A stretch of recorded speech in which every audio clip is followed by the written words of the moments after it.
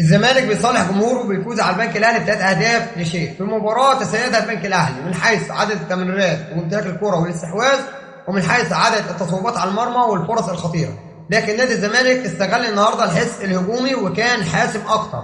يعني معتمد جمال بيقول لك خير الكلام ما قل ودل، وبيثبت كابتن معتمد جمال ان المدرب المحلي افضل لنادي الزمالك من المدرب اللي بيقبض بالدولار.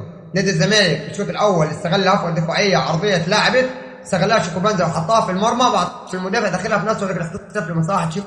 لا احراز المكشف، والثالث عنده ايشو. الزمالك بيجي 4 نقط مباراتين بعد الخساره امام السكندري الهدف الاول. الزمالك قادر على نفسه، ايوه قادر على نفسه، لان كابتن معتمد جمال استحوذ على الكوره ماشي، يعمل خطوره ماشي، لكن انا اروح بهجمه اخلص. وده الجديد واللي هيمشي بيه الزمالك السيزون ده كله، لان الزمالك ممنوع من الصفقات. الزمالك هيستقبل اللعب وهيخلص امام المرمى، ودي الحته اللي بيلعب عليها واللي هيساعدوا عليها اكتر عدي الدباغ، لان النهارده ناصر منسي كان خارج الفورمه تماما.